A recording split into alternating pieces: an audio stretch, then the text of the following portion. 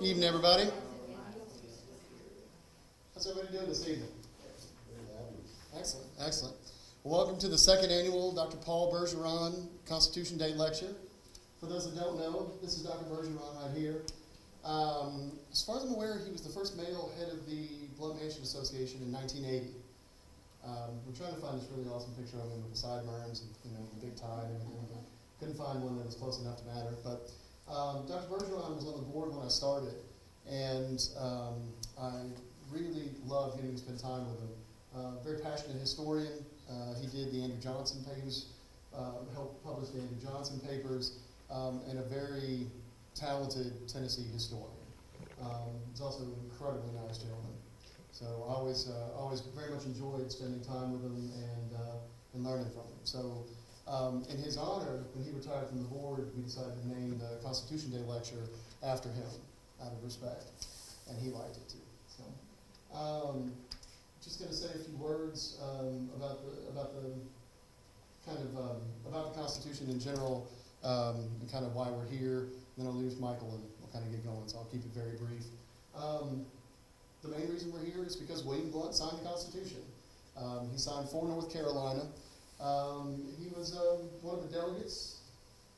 This is the gentleman right here himself, standing there. I think the most interesting thing to me about it is he didn't make a lot of speeches. There's not a lot recorded about him having a lot to say, but he was a very dedicated delegate. He was there for the entire process, and unlike a lot of the men from New England or that had closer homes, it was hard to get home to North Carolina, and so he pretty much stayed in Philadelphia the entire time, where a lot of the other delegates traveled back and forth. I think the most notable thing about it is he actually signed, in his own words, he signed the Constitution under protest. When it came out of the drafting committee, he wasn't necessarily thrilled about it, and was not initially going to sign. The other delegates had told him he'd already said he was going to sign, and if he valued his word as a gentleman, he needed to step up and put his signature on it. So he said he would do so, but only under protest. Now, once he's got his signature on it, and he realizes that it is going to be a popular document, Blount was, if nothing, he was a pretty wily politician. Once he figured out that it was going to be popular, he was much more gung-ho about it, and was part of the main reason that it was ratified in the state of North Carolina, which led to him being named territorial governor later. So I find it interesting that we, sitting here, 220 plus years later, are still talking about all of the men who signed this document. If you think about France, they've had 5 republics, I think, 5 or 6 republics in a shorter amount of time than we've been having just this one founding document. So I think it's really quite interesting. But anyway, I'm going to introduce Michael. Michael Jordan is our new Director of Marketing and Public Relations. He's coming out of Savannah. He's a documentarian, a filmmaker, a writer. You're originally from Tennessee, aren't you? No, I'm a North Carolinian, but I went to Carson Newman. Okay. Spent time in Tennessee, so we'll claim it. Anyway, he's new to the Blount Mansion. I think this is this your 4th week? This is my 5th week. 5th week. Only been here for a little over a month and already making a good impact. So it took less than 100 days to write the Constitution, so. So he's doing pretty good. Already got us a grant and everything. So anyway, I'll turn it over to Michael. Thank you, Dave. Appreciate it. Well, we are small in number but mighty in spirit, right? And it was a small group of people, a small group of men who changed the world with that Constitution. And so I think we're excited to be here tonight. In addition to what Dave told you, did you notice what was in your chair?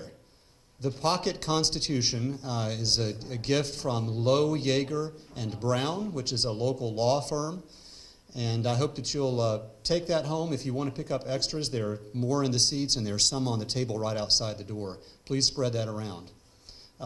We could do a lot worse than to use our leisure time to read the Constitution.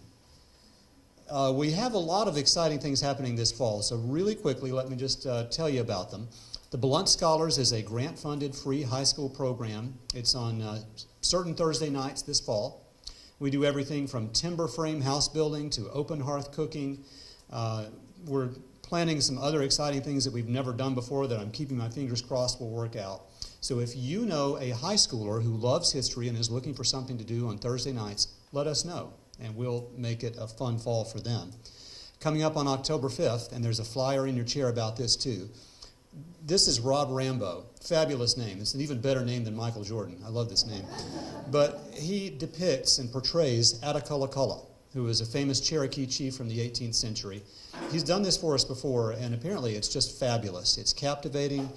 People come away changed and excited about history. This is one of our history suppers. It raises money for the Blount Mansion.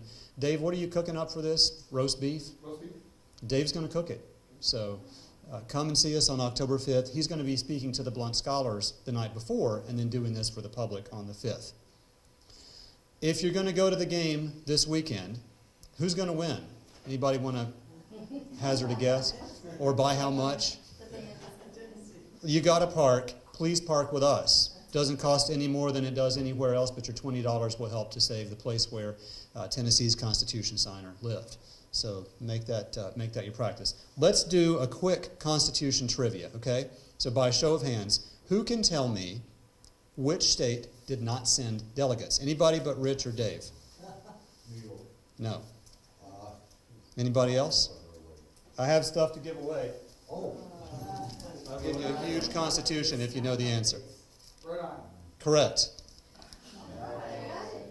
They eventually did ratify, but it was about 2 years later. Who can tell me which amendment addresses presidential succession if there is a death, assassination, disability of the president? No, Dave, you can't answer. Yes. Yes, who said it? Dean, you're right, 25th. When was it passed? Or ratified, I should say. It's okay, you don't have to get that right. 67. 1967. Here you go.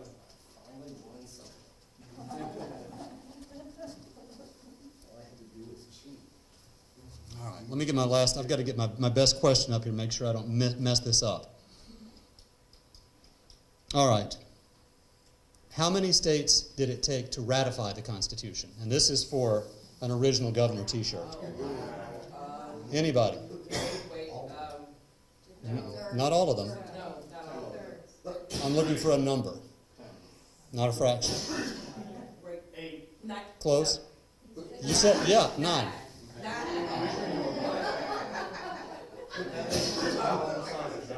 Congratulations. My favorite amendment is the most recent one that limits congressional pay raises in the current term. That was passed by, it was a college sophomore who brought it back. It was suggested at the Constitutional Convention. Didn't happen, didn't make it into the Bill of Rights. This college sophomore brought it back in 1982. He got a C on a paper because his professor said that'll never happen. Gave him a C on his paper, and he got it done. It was reversed, and he was given an A last year. So I guess history can change. Our speaker tonight is an old friend of mine, Dr. Richard Pacelle. Got his start in academia as a lawyer. He was going to be a lawyer, but a happy accident happened when he wrote an article about the 1976 election, presidential election, for his college newspaper. His roommate was the editor. Somebody called him and said, will you give a speech to it was like a Rotary Club or something? And he said, sure, gave the speech and decided that political science was more fun than law. So here we are now, 4 decades later. He has been a professor at Indiana University, at the University of Missouri in St. Louis for years, from 2003 to 2014. He was at Georgia Southern University, where he was my wife's boss. And now they're both here at the University of Tennessee. And Dr. Pacelle is the Professor Pacelle is how we're supposed to say it in UT parlance, of the political science department. But he has a more interesting side. Who can tell me where this is? Oh, it's in Siena, but you are, Yep. I know it. I was going to give you a mug. I bet you already have one. Ask another question. He's been taking college, what's that? Siena. He's been taking college students to Italy for years now, and this is it's called the Allegory of Good and Bad Government. It's a circa 1338-39 fresco. It's the first time that the Italian republics give us a visual depiction of government that's not explicitly religious. On the good government side, there's a tiny Jesus in the sky looking down, but everything that's happening is people doing it. And on the good government side, businesses are prospering, everybody's happy and healthy, and on the bad government side of the fresco, there's a devil presiding over war and prostitution, and that's about it. So it's a fitting metaphor for the kinds of things that we're going to talk about tonight with the Constitution. Our topic is the Constitution, an 18th century document in a 21st century world. Have we outgrown it? Thank you for the introduction. Thank you for coming. So I have to tell you that I'm a bottom line kind of guy, and so when Michael called and asked me if I would give a talk, I said, how much? And he told me $500, and I said, $500. But I've been through this before, so I know that $500 probably just an open. It was an opening bid. So I asked him, can you do a little better? And he said, no, 500's the top. So I said, okay, I have two questions. What date and who do I make that $500 check out to? But let me be serious. He only charged me $350 to be here tonight. So I think of everybody in this room, I have to brag that Constitution Day means the most to me. From the time I was 3 or 4 years old, my remembrance of every Constitution Day is that we had cake, we had ice cream, and we had presents. In my house, we called it Dad's birthday, and my dad turned 90 yesterday, so that's why I couldn't be here on the day, to give the talk. But and I'm not going to ask you to sing, but if you wouldn't mind just all saying happy birthday to him. So he's not here, but I'll tell him that you love us. So Michael originally told me that this was the title of the talk that I was supposed to give tonight. And I figured that you guys were the Grumbletonians because there were plural and mine was singular. And I thought, well, that's not really, that's not going to go over well. But actually, a Grumbletonian is somebody who's unhappy with government or politics. So I figured that's everybody today. And I was really happy to see that he chose me to be the ultra-crepidarian. And so I checked in the dictionary to see how to pronounce it, and it turns out that what it means is, let me get this straight, a person who expresses opinion on matters outside of his scope of knowledge or expertise. So I actually wasn't too pleased by this. So. Isn't that an American? So let me talk a little bit about, sort of set out a context for what I'm going to talk about. And this won't come as a surprise to you, but anger and frustration with government's at an all-time high. And it's not something that's just happened in the last year or two. We've been drifting in this way for quite a while. Public support for the Constitution, however, is at an all-time low level. Okay. Just a few years ago, on the anniversary of Constitution Day, a poll came out that 68% of the respondents thought the Constitution was excellent or good. That combined number is much closer to 50 these days. Less than a third of the respondents could identify all three branches of government. Over a third couldn't name a single branch of government, and only 28% of the respondents said they'd actually read the Constitution. So you have a thing, so that'll be so. So the knowledge and understanding of the office or of the Constitution is embarrassingly low, and I think we're really almost to the point where this is maybe dangerous to the Republic. So I want to make the argument that parts of the Constitution could use some revision to meet the realities of modern day. And tonight I'm going to talk really about institutions. I mean, I could talk about rights and liberties. Maybe you'll invite me back another time and I can talk about that. I'm confident that many of you will agree with some of the problems that I'm going to identify, and some of you will even think the solutions I offer are reasonable, but there'll probably be a bunch of solutions I offer that you will think, well, no, there's no way in a million years. So. But we'll see. I want to talk briefly about what the framers wanted to accomplish, what major problems exist, and perhaps how those things could be fixed. And this is one of my favorite scenes from a movie. This is the movie Dave, where a president has a stroke and they find this guy who's a celebrity impersonator, and now they're teaching him about, and so you means the president, and then Congress and the judiciary. So I highly recommend this movie. It's kind of heresy, though, I think, to suggest that changing the Constitution, the Constitution should be changed. Most people consider it to be the oldest Constitution, but it's actually second. Do you have any more mugs? Anybody know who the No? The Magna Carta is old, but it's not actually a Constitution. So now, Fenton, would you like to help? San Marino, the tiny little landlocked country, has a 1600 Constitution. And the Constitution of the United States has been the model for 19th century constitutions in Latin America and 20th century constitutions in Europe and Africa. And so to come out here and for me to tell you we should change the Constitution, why don't I just come out here and tell you we should change the Bible? So what I wanted to start with is to look at a couple of major pieces of legislation over the last 100 years. And what do these things have in common? Well, for one, it took an extraordinary crisis or some special circumstances, the Great Depression for the first two, and the assassination of Kennedy and a huge landslide for the last two, to get these things passed. Civil Rights Acts and Voting Rights Acts had been up before Congress for numerous years, and all that got passed were some watered-down versions of things.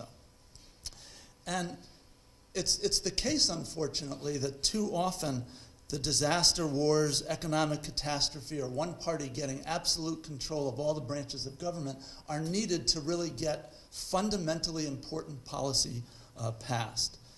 And so it's difficult to that difficulty of passing coherent public policy is part of the Constitution. And we chose it for that particular reason. And it worked okay a couple hundred years ago, maybe not so well today. Oops. So I want to talk a little bit about the Federalist view of the Constitution. Each of these, the three authors of the Federalist Papers, Madison was, after writing the Federalist Papers, went on to go to Congress, went on to be Secretary of State and then President, and was certainly aware by the time he left that the presidency wasn't as strong as he thought it might be, and perhaps he felt a little differently about how much presidential power should be after he was there.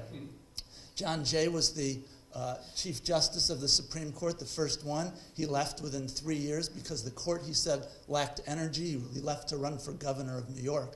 And today, no one would leave the Supreme Court to go run for governor. And of course, Alexander Hamilton went on to a career on Broadway. So in terms of the guiding principles of the Constitution, so we had the Articles of Confederation, which was a very weak form of government. And so the framers still wanted a relatively weak form of government, but not as weak as the one that they just passed. So they wanted a limited government, limited in size and scope, and the country was limited at that point as well. They also wanted to decentralize. They wanted to avoid tyranny. They wanted to avoid the opportunity for one group to maybe take over control. They were really afraid of, like, political parties, for instance. So they wanted lots of little groups. So the dilemma for the framers was, how do you create a government that's strong and effective, but not too strong, not too effective, and not too centralized? And we were fortunate, I think, to be where we were. We were we were the ocean away from our enemies. And our enemies, the French, potentially the French and the British, were sort of in a balance of power. If anyone moved on the United States, the other one would have moved on them. So we were fortunate to be over there at a time when we were just building our economy for the first time and starting the country. And so the Constitution had a chance to take root. And it was a pretty good, it did a good job for what it did.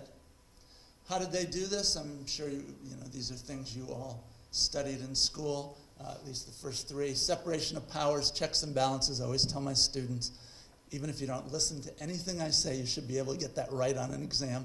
Separation of powers, checks and balances. So, federalism's obviously the difference between different levels. And pluralism is the idea of having multiple groups with multiple points of access in the system and lots of places where people could go.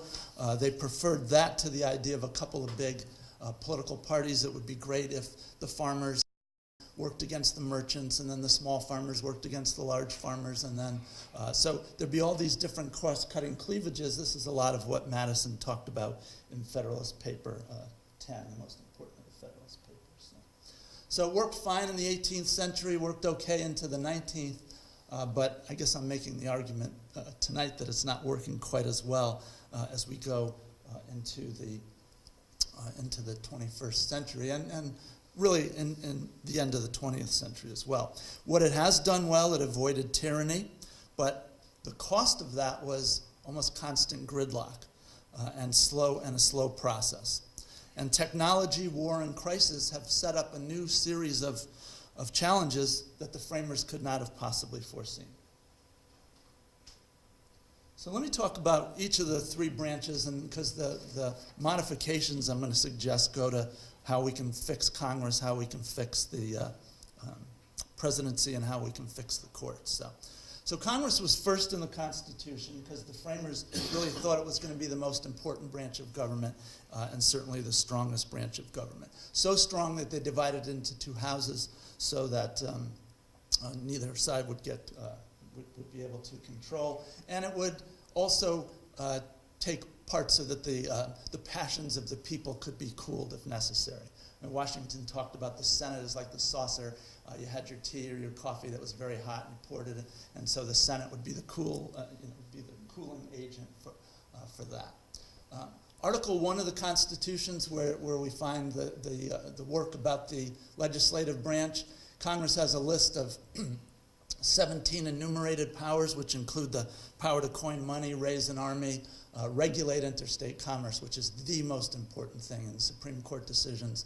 That gave the central government so much authority. I always tell my students the first day of class in American government or public policy to try to think of something they've done today that the government had no impact on. And I also say, keep it clean. And then, so they all start with things like combed my hair. Well, the comb is made of petroleum products that are regulated by different industries. Those industries are regulated by different governmental agencies. I breathe, oh, that's easy, the Clean Air Act. Okay. I've slept on a bed. Well, under that bed there's a tag, and that tag says if you remove that tag, you're going to jail. And that's put on there by some government agency. So almost everything falls into interstate commerce, which gives the Congress the right to regulate it or to pass laws regarding it. Second comes the implied powers, which is at the end of Article 1, Section 8. And those are the additional powers that flow from the 17 powers above it. And then there's inherent powers that just come with the fact that you're a government and you have to conduct foreign policy. You might have to fight war. So you have those. So it's a vast reservoir of powers, and we'll talk about why Congress has squandered it in just a few minutes. So let's go over and talk about the executive for a second. That's in Article 2 of the Constitution, much briefer and much more vague. And the few presidential powers that are in there are largely shared with Congress. So the president has the appointment power, but it has to be confirmed by the Senate. They can make treaties, but it has to be confirmed by the Senate. They have the opportunity to veto bills, but that can be overridden by both houses of Congress. Where presidents derive a lot of their authority is from different vague provisions like the take care clause and the vesting clause. The president shall take care that the laws be faithfully executed, or executive powers vested in a president of the United States. And so when presidents want to do something and they don't have any particular authority for it, and Congress isn't likely to give it to them, they just fall back on the vesting clause or the take care clause, and they know that one of their predecessors probably used that as well. The biggest power we think of the president, the commander-in-chief, that was largely a symbolic power. But the two powers that the president has that seem to be without any limits are the pardoning power, and we're hearing a little bit about that these days, and secondly, the president has the authority to ask for advice. And I'm not a president, and I have the same thing, so I think that's great. So, and then finally, the most important branch of government, the courts. That's because I study them, that's why they're the most important. And Article 3 of the Constitution is even more brief and more vague. It mentions only the Supreme Court, doesn't even talk about the powers of the court. In fact, the major power that the court has, judicial review, is not found anywhere in the Constitution.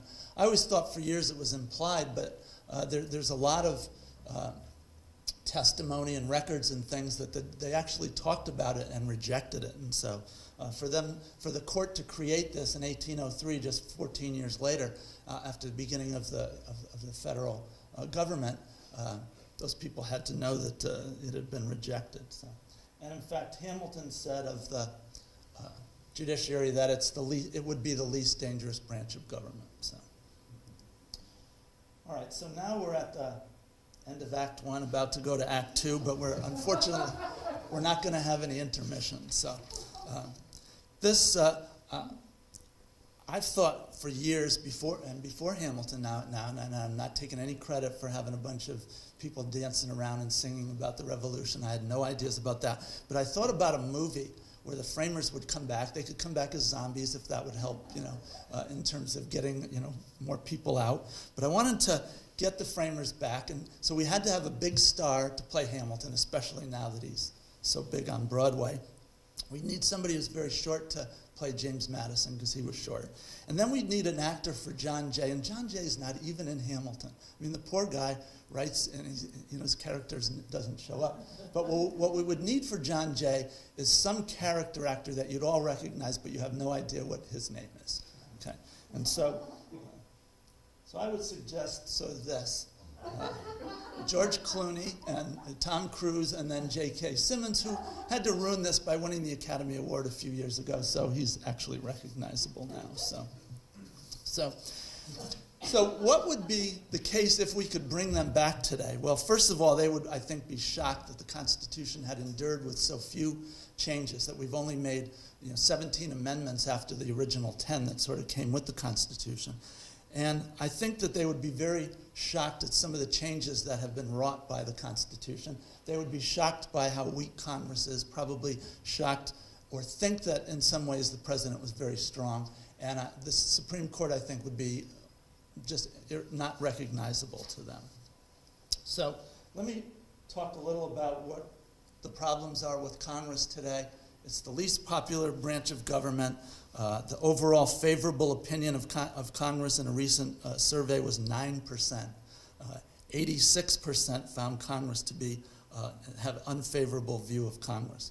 When asked if they had a higher opinion of Congress or some series of unpleasant things, respondents preferred root canal to Congress, head lice, colonoscopies, traffic jams, cockroaches, but it was very close. Congress almost beat them. 43% for Congress, 45% for cockroaches. Brussels sprouts, I prefer Congress to Brussels sprouts. So, and the band Nickelback. Congress did manage to beat out telemarketers, the Kardashians, lobbyists, North Korea, the Ebola virus, Fidel Castro when he was alive, playground bullies, communism, and venereal disease. So it's become the weakest branch of government. It's the very definition of gridlock these days. It's really accomplished very little. I mean, you have a situation now where you have a president of one party and both houses of Congress, and they're still not able to get a lot done. It's an institution that works for the individual members but not for the nation. And so while Congress has a favorability rating that's under 10%, we send 93% of incumbents back to. So why do we hate Congress but love our individual member of Congress? Well, part of the reason is individual members run against Congress. Send me back. I'll take care of those scoundrels. I'll watch them. They're trying to raid the federal treasury. I'll watch over them. Well, if you're wounding your own institution, I mean, there's, when 535 people run against Congress every year, we shouldn't be surprised why Congress is not popular. So Congress has enough power, but it either lacks the will, or I think more likely it's a huge collective action problem. So that they're able to do a variety of things to help the people back home, to get post offices and dams and new roads, but not enough to put together the kinds of serious legislation that is often necessary. All right, so I'll not pick on Congress anymore because everybody else does. So, is the presidency too weak or too strong? Well, a lot of power in the executive branch resides with unelected bureaucrats. So, president's at the top, but has only a handful of people that he can appoint, and then once he's appointed, there's this lifetime bureaucracy, which is often tied more closely to Congress. And to think about whether the president is too strong or too weak, I mean, a lot of the arguments when presidents abuse their power, the argument is because they're weak, that's why they're abusing their power. Because they don't have enough, they have to abuse the power that they have. But I think the more nuanced view is to think about the fact that there's really two presidencies. Our domestic president, the person who deals with domestic policy, is weak and rather constrained. He's just like an interest group, just like any other interest group, just another supplicant seeking things from Congress. The foreign policy president, on the other hand, has an enormous amount of power.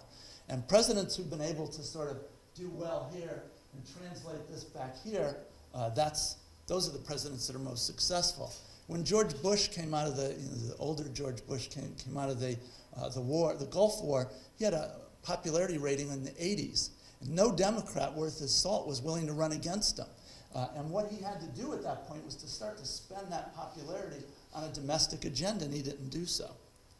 And his son, in response, did exactly the opposite. He won re-election, and he decided, I'm not going to do what my father did. I'm going to spend my currency, but unfortunately tried to spend it on this changing the Social Security Act. Well, that's the third rail of American government. You touch that and you die. And so that helped lead to his, him sort of falling, his popularity going down after winning re-election.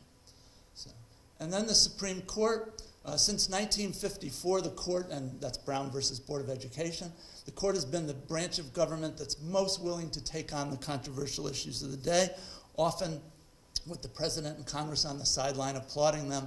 Thank you for taking for the lead on this, and especially in those situations where you can do the dirty work and then we can criticize you for doing that dirty work later. So,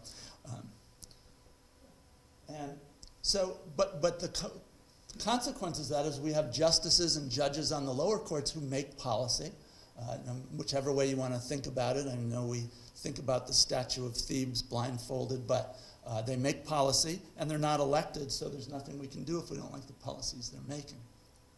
They change the Constitution by their interpretation.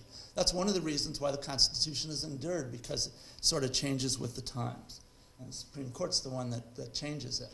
But those decisions that they made that are based on constitutional grounds can only be overturned by an amendment to the Constitution, and that takes 2/3 of both houses of Congress and 3/4 of the states. It just doesn't happen that often. So let me talk a little bit about the principles that I think are important for fixing the Constitution. Because if I'm going to go in and fix it, if they called me tomorrow and said, fix the Constitution for us, I'd say, thanks. And well, at first I'd say, how much? But I would say, here's the principles that I think are important. I want to make government more democratic with a small d, not a big D, which means that basically the elected officials have more authority, because too much of the authority goes to judges who aren't elected and bureaucrats who aren't elected. We need to turn more back to the elected officials because they have to be accountable to the people. We want to make the government somewhat more efficient. Permit government to plan. I think one of the largest objections to the federal system we have now is that government can't plan. It's everybody comes in, they want what they want, they get it, and how do we do it? We just ride the deficit up. We don't cut spending. We spend this money, and we don't have to make those kinds of choices. Reduce the debt and hold down spending. So those, and I think one more.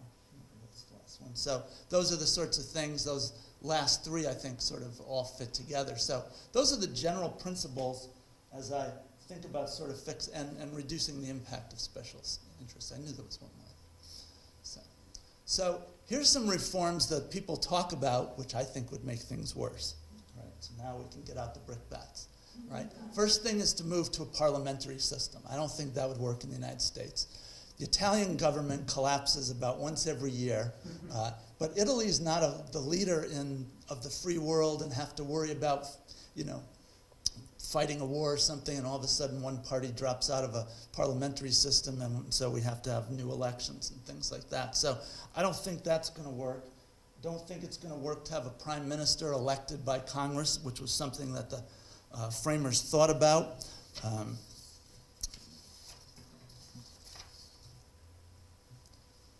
I think one 6-year term for a president makes no sense. If we have a bad president, now we have them for 6 years. One of the problems with the presidency is that a president becomes a lame duck because they can't run for re-election. Well, they immediately become a lame duck now. So, and I hear the argument about, well, it takes a year or two to learn the job, and then you've got 4 years to be the president. You don't have to worry about campaigning, whereas a sitting president would have to start thinking about running for re-election, just part of the way in. So I understand that, but I don't think this is something that would help in that respect. I don't think we should elect Supreme Court justices. I don't think, there's two reasons I think for this. One is the voters would have a lot of trouble with this. And number two, I think, do you want a bunch of people running for election, making promises, throwing mud as Supreme Court justices? That would be difficult. Now here's the one that you're all going to hate, because this is the one that everybody talks about. I don't like the idea of term limits for members of Congress, okay? We actually have term limits. They're called elections. We could vote people out.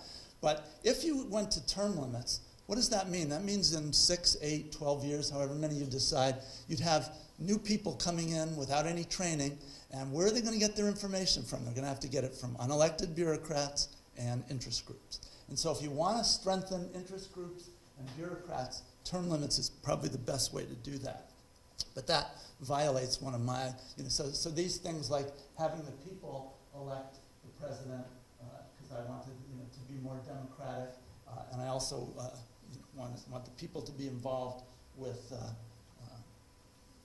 not being able to elect their members of Congress and not worry about these individuals. So how are we going to fix Congress? All right, first thing to do is eliminate the Senate. We don't need the Senate anymore. Okay, a lot of money that we're paying people. I've got some ideas for sort of talking about that. So I'm not going to even go through the other stuff. If we had to keep the Senate, if I had to compromise on that, what I would do to the Senate, we can talk about that later. So this would mean that I'd have to alter the size and composition of the House. So I would add some people to the House so that so states like Wyoming wouldn't just have one vote, or 2 votes. So it wouldn't be exactly proportional to population, but it would give the smaller states a little bit of extra power without worrying about having a whole another branch of government. Definitely change the terms of members of the House. 2 years is just too often to be running. The minute they're elected, they have to start running for re-election. How do they run for re-election? They have to raise money. Millions of dollars are being spent here. Let's change the rule to 4 years. Put them on the same clock as the president. I think the best thing that could happen is that the voters say to the Republicans or the Democrats, here's the keys to government. You got 4 years. Do your job. If we don't like you, we're throwing you out. If you create a situation where you always have split government, you're always going to have gridlock. So I'd say put them all on the same ticket. Don't make it so that they're running every 2 years. Get off the 6-year terms for the senators, and let's let the party have the opportunity to make its decisions. Get rid of gerrymandering. I think there's a lot of people that would agree with that. So, there's computer programs that can do that right now. Okay. Provide Congress with the legislative veto. So Congress has the legislative veto. The Supreme Court said the legislative veto is unconstitutional, and Congress said, well, then take it away from us, and we're still going to use it. So, but they don't have it very often, and it would be the authority to sort of give the president some power, but to put some restrictions on that power and say, if we don't like what you're doing, we get to pull this back. And right now, the legislative veto is a completely difficult thing to understand. There's 4 types of legislative veto. If we got rid of the Senate, there'd only be 2 types. That would be it would either be a House approval or a House disapproval. So presidents, think about like the War Powers Act gives a legislative veto to Congress. The president can introduce troops, and in 60 days, Congress can bring the troops home, and then 30 days after that, if the president says, I need 30 more days. But what does that give the president? It gives them the blank check to do anything for 90 days, and any president could get us into a scrap where you wouldn't be able to bring the troops home. So giving Congress the ability to stop that, I think, would be very helpful. Let's move over to the presidency. First thing is, based on my undergraduate thesis, which I assume, so get rid of the Electoral College. And I predicted back in 76 when I graduated, when I wrote my thesis, that if it ever failed again, they'd get rid of it immediately. Well, it's failed twice and they haven't, so I keep expecting them to come back and repossess my degree, but so far, that's why I moved. That's why in all those discussions of being in different colleges, that's the reason why. Every time I think they're getting close. But let's let the people elect. How many states, and Tennessee may be a great example, where people decide not to vote because you know which party's going to win the electoral college in the state or win the electoral votes in the state. So give the opportunity to let the people vote. Let a vote in Tennessee be worth the same as a vote in other states, even if the person's going to win by a large margin. Repeal the 22nd Amendment, which lets presidents keep running for re-election. I would love to have a situation where presidents weren't just lame ducks. And so we had no 22nd Amendment with the Constitution. We had 160 years where only one person ran for two ran, but one was a serious candidate to run again, Franklin Roosevelt. But why not have the ability? Most presidents probably wouldn't take a third term anyway, but let there be the possibility they could do that to avoid being a lame duck. And then I think the most important, give the president the line item veto. Right now, presidents have to veto a whole bill or nothing at all. And so if they had the line item veto, they could pull out parts of it, part of the bill. Congress could still overturn that. The Republican Congress gave Bill Clinton the line item veto. Supreme Court declared it unconstitutional because, but if we fix the Constitution, it won't be unconstitutional anymore. But we saved a lot of money for that 6 months that we had the line item veto. Members of Congress are not above putting little trinkets and big Christmas tree things for the people back home. Presidents could cut those things out quite a bit. All right. Fixing the Supreme Court, I think we should eliminate this one I have trouble with. For many years I thought, give them the total terms, but I think now that I feel like maybe 18 to 20 years would be plenty of time to learn, and then we wouldn't have the case, we'd have some turnover. We wouldn't have the situation of just accidental turnover all the time. So I think that I'm coming around to that. We've seen through the confirmation hearings, I think the confirmation hearings to me are always sad because it's the chance for a vital national seminar. It's a chance where people are paying attention to what's happening and to have some questions being asked and then the refusal to respond. And I blame both parties for this. It's not just one or the other. But the opportunity to have a discussion about what privacy means, or to have a discussion about what civil rights means or affirmative action means, and to have that conversation in front of an audience where people could watch in, I think would just do wonders because people don't understand how the Supreme Court operates or works. It's been a very popular institution because nobody knows anything about it. Its popularity is going down, but I think that's a pox on all your houses. We're mad at the president, we're mad at Congress, we're going to take it out on the court as well. And finally, I would propose for the court adopting what they did in the 1930s, which was called the double standard or the preferred position doctrine. And so what this would mean is that when economic cases came to the Supreme Court would assume that that the law being challenged, that economic law, was constitutional. And the burden of proof would be strongly on the person who was challenging it. It would be deferential for the judges to to defer to the elected branches of government. You pass that, unless there's something dramatically wrong with it, we're going to allow it to go in. On the other hand, in rights and liberties, they would hold things to a higher standard. That's where the double standard.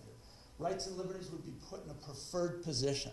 And so if a city or a state or the central government were to pass a law that restricted somebody's freedom of speech or their freedom of religion, the court should start with the supposition that that's unconstitutional and that the burden then goes on the state to show why do you need a law that's going to violate somebody's rights or their liberties. So I think that would have a really good way to sort of move this through. And if we could go and do all that, then we'd have good government. So, all right, so that's what I got. And I'm happy to take some questions now, or let me see if I need to hide behind the podium. So.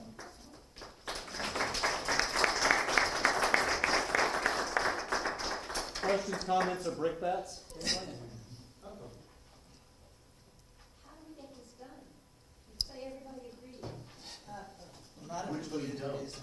No, if we did, how do you make these kinds of changes? Okay, so this is like the time where I say to my wife, I'll speak to you later when we get home. So, That's his wife. so this isn't something where they said, tell us some things that will happen like tomorrow. So I'm thinking about what are some things that could be done to the Constitution. We seem to be at a moment in time where people are more active.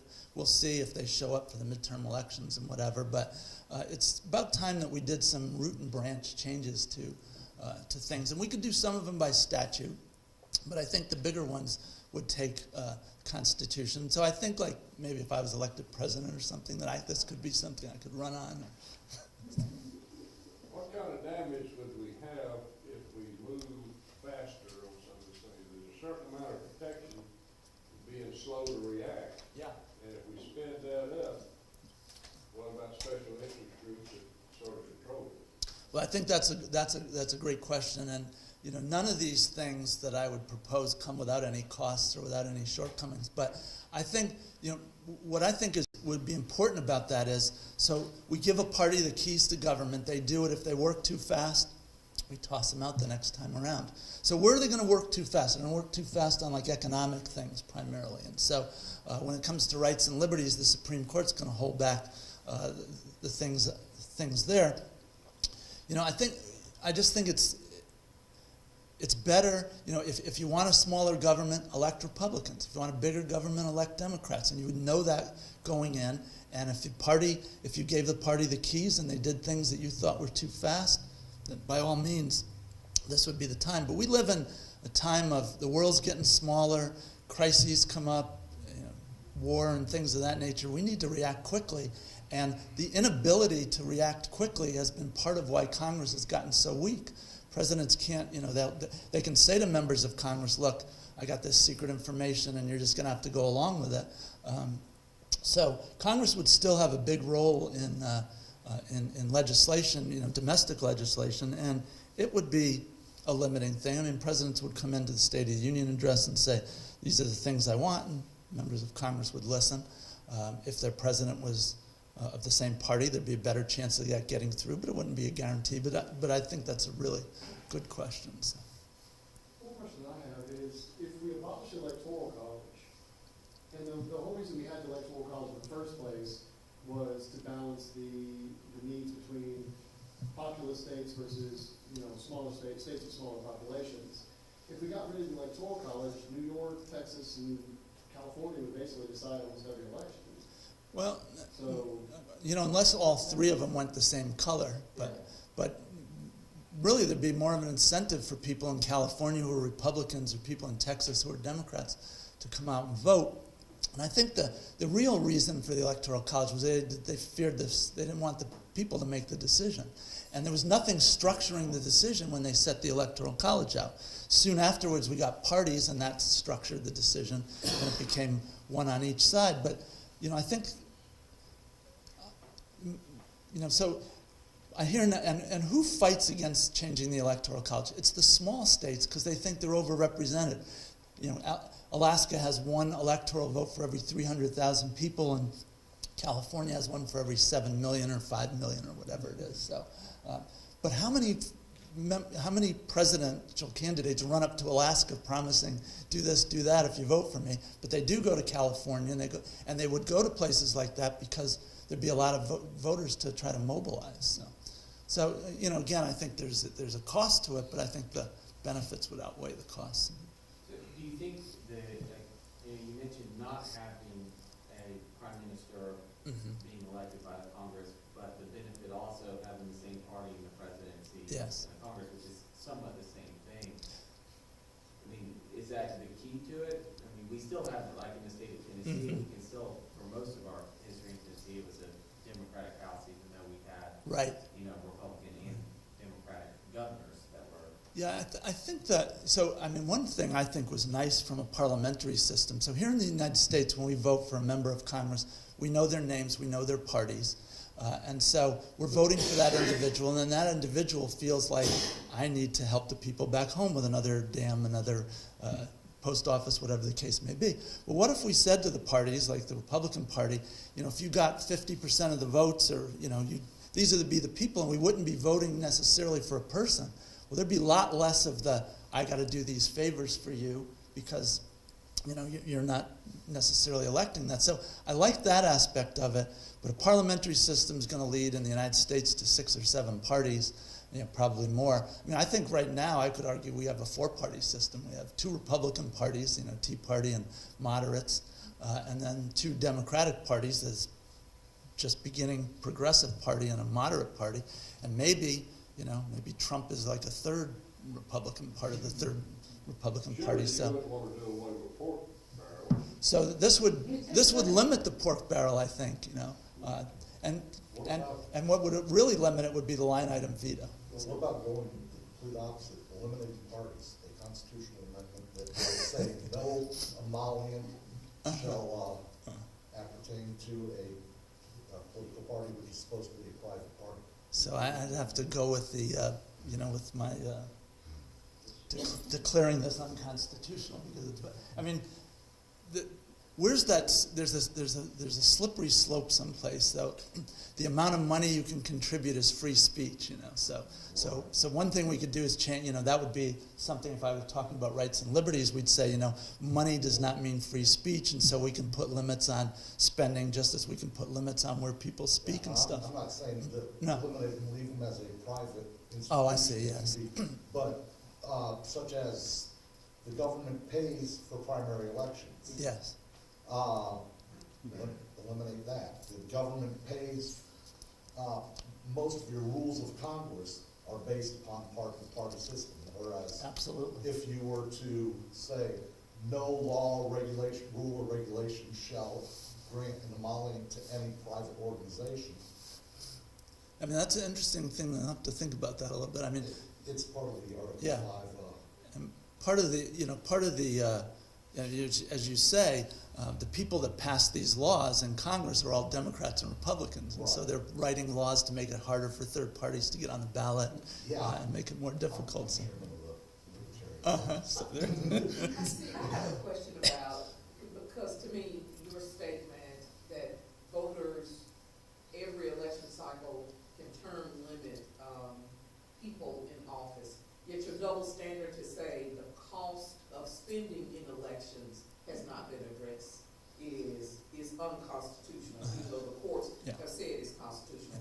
You can't do one without the other, and you need term limits, because Knox County is a perfect example of people serving in office too long, even after they should have been term limits.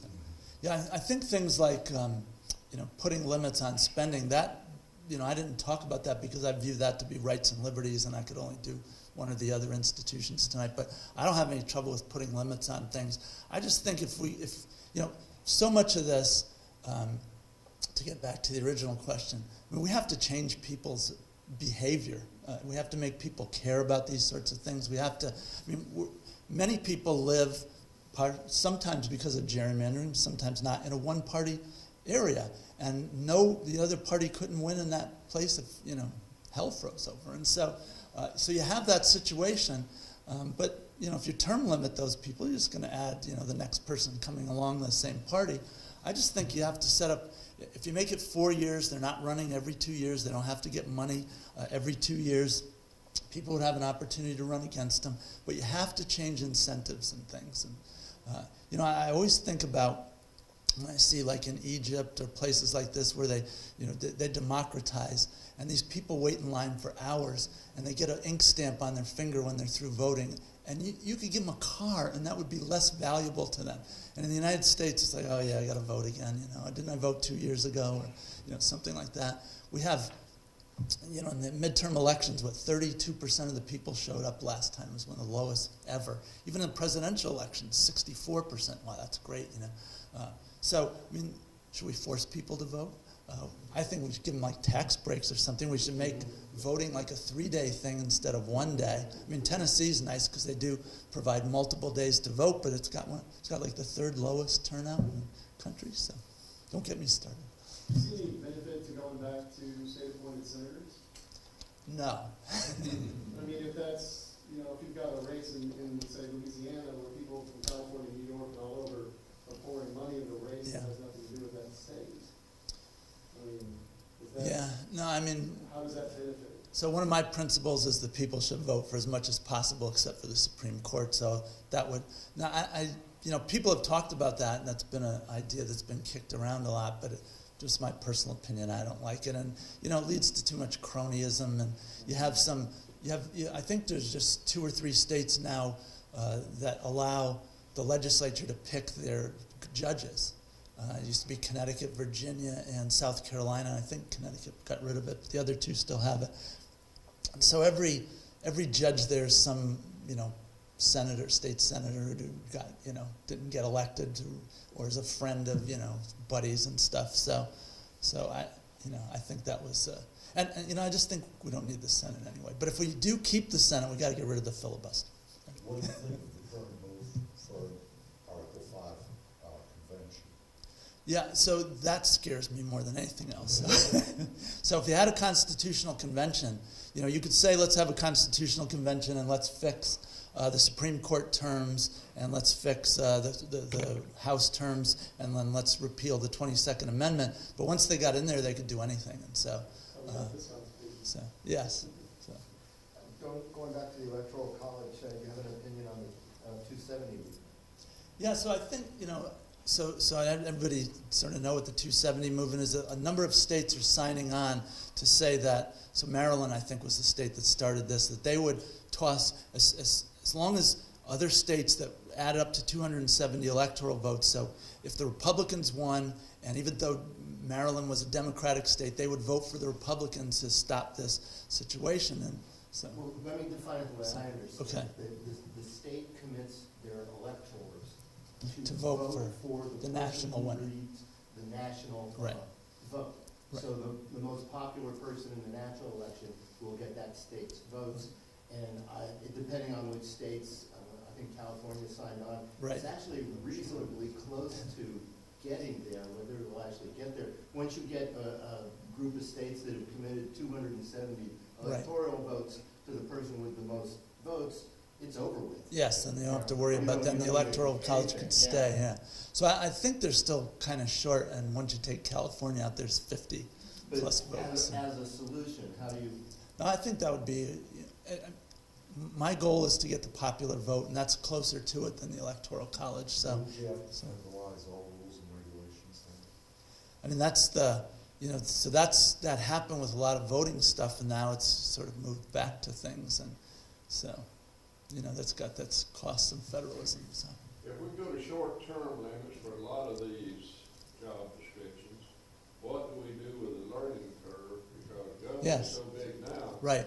If we throw all the rascals out, Yeah. we don't have anybody up there knows what they're doing. No, that's I think the most important point, that if we're constantly having people that we have to train, who's going to end up training them? It's going to be interest groups and bureaucrats. And, you know, bureaucrats are great, but, you know, they're not elected. As long as we can vote, yes. you can throw him out. That's right. And it is the case that in a lot of places you can't throw them out because of the, but I think that's, you know, I just think the cost we pay from term limits would be higher than the benefits we'd get from it. So. Is that kind of what we end up with in England, where they have a lot of like shadow secretaries and permanent people, and Yes. a lot of like quangos and things that end up sort of have to set the tone for the people that are coming in as. Yes, but also in those countries that have these parliamentary systems, the parties run on a very defined platform, and so you can't. So here in the United States, we have moderate Republicans and far right Republicans and moderate Democrats and far left Democrats. Well, those would be 4 separate parties, and so when you vote for these individuals, you know that they're going to vote with the party. If they don't, they're going to get tossed out by their own party. In the United States, we don't know. We see, in the confirmation hearings, the pressure on the 2 female senators from from Maine and Alaska that, are they going to vote here or this way? There'd be no pressure on it. They would vote the way that, and then the people would know what's going in.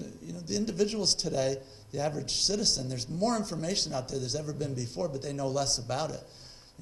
Why do members of Congress get reelected so often? Well, your average in the House has a 2-to-1 name recognition over the challenger. 80%, 85% can pick the incumbent's name out of a list. Less than 45% can pick the challenger's name out of a list. So getting that education out there would help. But again, I just think there's, we tried it this way. It's not working as well as it could. We're in a situation where we have some grave issues to deal with, and I think it'd be better to give one party the keys to and let them try to fix it, and if they don't, get them out there the next time around. So, Any other questions? yes. You mentioned the War Powers Act. Yes. Can you elaborate a little bit on why it has not proved to be effective? Yeah, I think, so the War Powers Act passes right in when they're trying to, impeachment's beginning to run against Richard Nixon. And so Nixon signs the War Powers Act or sort of accedes to it because he's trying to save his job, basically. And so Congress thinks, well, we've done something really smart here. Now we're going to curtail presidential power. But really what it gives the president is 90 days to do whatever he wants to do. And any president, worth his medal can get us into a war in 90 days and put us in a situation, Johnson with the Gulf of Tonkin incident, something along those lines. So we've seen Congress do, especially maybe around here, the base closings, where there's told about the base closing. And so what did Congress do? They said, well, let's create a bureaucratic agency to do that. We don't want to make that decision. That's too politically sensitive. Let's give Clinton the line item veto because then he can. So what they're giving them, they give the president, the bureaucracy, all this power so that they don't have to make these hard choices. Well, I'm trying to make them make the hard choices. And then if you don't like the way they chose, you can vote them out of office the next time. Yes. Right, and then you have the legislative veto provisions, which would give Congress the opportunity to go back to say to the president, oh, you should have spent that money, you deferred that money, now you have to spend it, or you want to cut that money, that's fine, but we'll have a say over whether you do that or not. So. Little off. You mentioned all the power in the Commerce Clause. Yes. Do you believe that it's being applied today as according to original intent? Probably not, and I'd say, it's not as bad as it used to be. I mean, we get into the 1940s where there's the Supreme Court case that just blew this up was that a farmer couldn't plant his, had to keep his plants to a certain amount. And even though he said, I'm not going to sell any of it, well, if you don't sell it, that means you're not going to buy somebody else's. And so the Commerce Clause was used for a million purposes, including civil rights, including when we get to cases where private discrimination, like in a hotel or a restaurant, was stopped because of the Commerce Clause. You're interfering with interstate commerce to tell that person they can't stay at your hotel or they can't eat at your restaurant, or the chicken that you're serving came from another state, so it's interstate commerce clause, or the chairs here came from. And so they really, they took the Commerce Clause and blew it up to the biggest extent. You take that, you take the implied powers clause, and that's where all the power is that Congress has. I mean, the states, when they went through the Constitution, they looked at it, and they said, wow, the central government has a lot of power, but under the 10th Amendment, we get all the power that's left over. All the power that's not denied to the central government, nor granted, or not granted to the central government, nor denied to the states, belongs to the states. They thought, we got a great bargain here. But then the Supreme Court says the Commerce Clause covers almost everything. And the implied powers can be used for almost anything related to your enumerated powers. Suddenly, the 10th Amendment's the size of a postage stamp. All right. And then you get into education. Education and elections are sort of two state functions, and then you have the federal government say, oh, under the Voting Rights Act, you can't do that anymore, we're going to federalize the elections. And then they say with education, well, we're not going to tell you what to do, but here's the money. You want the money? You're going to put the schools where we tell you to put them. You're going to hire a certain number of teachers and minorities. You're going to hire a certain number of teachers that are women. And so you can understand why the states might feel like, oh my goodness, what's this bargain we made? And that's a bargain they made. And now the Republican Party believes in when we have money for the states, let's give the money to the states and let them decide what to do with it. And the Democrats say, well, we want to give the money with lots of strings because we don't trust what you're going to do with it. So, but that would be a perfect, again, reason to say, we vote for one party or the other. Let's try what they're doing, and then let's vote them out if we don't like it, and keep voting them in if we do like it. So. Is that the last word? I think so, just because some folks might want to go. Yeah. And you're welcome to stay and talk, as long as you want. Dr. Pacelle. Well, thank you. I appreciate so much. it. So. Would anybody like to guess which branch he's an expert in? What he writes about? Supreme Court. Now, it was tough to figure out a nice gift to give someone who's written 5 books of his own and played a role in a dozen others. And we have a good selection of books here, but he's going to know the outcome of all these books. So I think we found something special. In honor of our namesake professor, we give you what may be our last copy of the out-of-print State History by Paul Bergeron. Thank you. That's great. And so being a newcomer to Tennessee. So. And since you and Fenton are relative newcomers, we're also giving you 2 historic houses of Knoxville combo passes to all of us. Thank you. All right. So we're your favorite, right? It was worth absolutely. It was worth the $350 I had. Thank you so much for coming. Have a wonderful evening and drive safely, and we hope to see you on October 5th. And park with us on Saturday. Saturday. This Saturday. Thank you. There's I'm sorry. There's one line of drinks and snacks out there if anybody wants.